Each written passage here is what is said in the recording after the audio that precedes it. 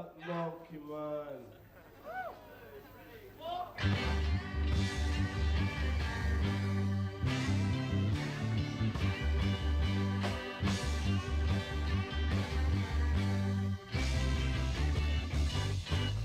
What's up, everybody? My name is Wayfriend1, and today we're talking about another influential band in the punk scene, and it's the Specials.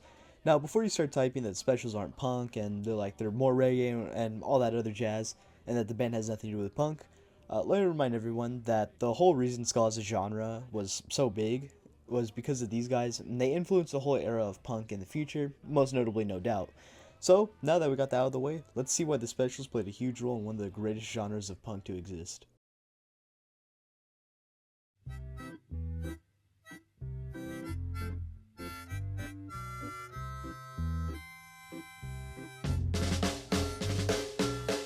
Our story begins in 1978 when the songwriter and keyboardist Dahmers got a few people together, most notably Tim Strickland for the vocals, guitarist and vocalist Linval Golding, drummer Sylvester Hutchinson, and bassist Horace Panter.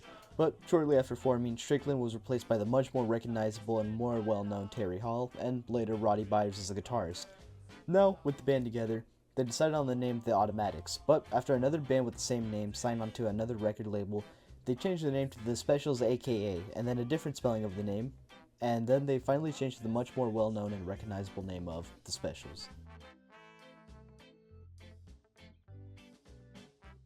During one of their concerts while they were coming up, Joe Strummer of the band The Clash attended one of their concerts and, impressed with their talents, invited The Specials to be the opening band for his On Parole for his UK tour.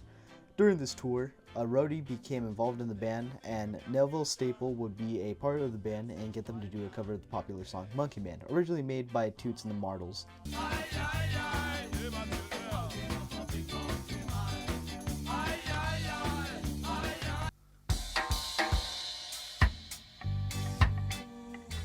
In 1979, after drummer Hutchinson left, he was replaced by John Bradbury, and after his replacement, Dahmers would form Two Tone Records, being a major label for tons of reggae and ska bands to release their music on.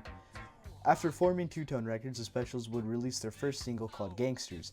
The song received good sales, and after being played on a BBC Radio 1 broadcast, the song became a top 10 over that summer. Because of the release of Gangsters, many record labels were asked to sign the Specials, but the group wanted Two Tone to be recognized as a sub-label so they could put out singles for unsigned bands who wouldn't be bound by a contract, and so the hunt for a label began, and they ended up just releasing most of their music on Two Tone Records.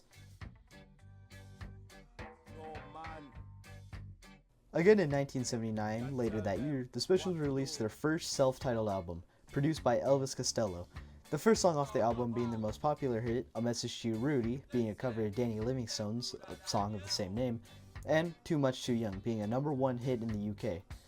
The album was very popular, but there was some controversy because some songs would reference teen pregnancy and promote the use of cervical caps, but this would not hinder the success of the album and would go on as an important album in the band's career.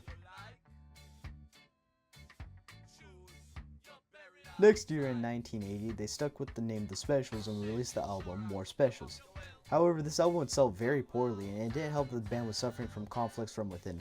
After releasing that album, they would take a short break before coming back in 1981 releasing the wildly successful Ghost Town, being a #1 hit single in the UK, and one of their best songs. But after the release of Ghost Town, members Staple, Hall, and Golding would leave the band because of the conflicts within the band. It also didn't help that during this time, the UK would be under the rule of Margaret Thatcher, who, for the sake of time, was very problematic and caused a severe depression across the UK because of anti-immigration policies and the rising violence in clubs and concerts because of racist skinheads turning up to shows like the Specials to solely cause violence. The song Ghost Town recognized these problems and issues, and it's referenced in the song many times about the decay of the UK, and it's what led to also the problematic decline of the Specials. This time is coming out of Ghost Town. All the clubs are being closed down. This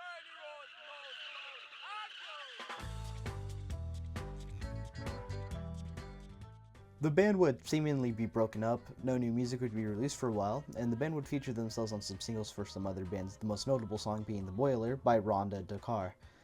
The band would eventually form again, but with different members, notably Rhonda Dakar for vocals. In 1984, they released a single dubbed War Crimes, and shortly after, a new album called In the Studio, which was received moderately, but interestingly, the band released the album under the name Special AKA, which was the only album to feature that name in their entire career, and it was the original name, so it's really funny to think that they went back to that name for that one song. After the release of that album, the band would do tours and reunite for promotions and other tours, but they would never officially reunite as a band. Other members of the band would branch off and make their own music, the most famous being The English Beat, formed by members Bradbury, Golding, Panther, and Staple, and their most popular song being Hands Off She's Mine. After the release of that album, the band would do tours and reunite for promotions and other tours, but they would never officially reunite as a band. Other members of the band would branch off and make their own music, the most famous being The English Beat, formed by members Bradbury, Golding, Panther, and Staple, and their most popular song being Hands Off She's Mine. After the band being broken up for so long, in 2007, Terry Hall would sing with Golding after 24 years to sing the special songs at music festivals, and this single event helped reunite the band in 2008. Again in 2008, Terry Hall announced that the Specials would be reformed for tour dates and possibly recording them by the end of 2008. It was announced that the Specials would be doing a 30th anniversary tour in 2009, but the founding member Dahmers would not be joining in their tour. It should be noted that Terry Hall was quoted as saying, "The door remains open to him," meaning Dahmers could join the band if he wanted to, but Dahmers would state that the reunion was seen as a takeover and feels he was forced out of the band by the other members, even though that is not true as the members openly invited him. The band would tour from 2009 all the way up until 2013. In 2013, guitarist Roddy Byers would leave the band because of his deteriorating health, but despite his leaving, he would be replaced by guitarist Steve Craddock for tours, and tragically, in 2015, drummer John Bradbury died on December 28, 2015 at the age of 62.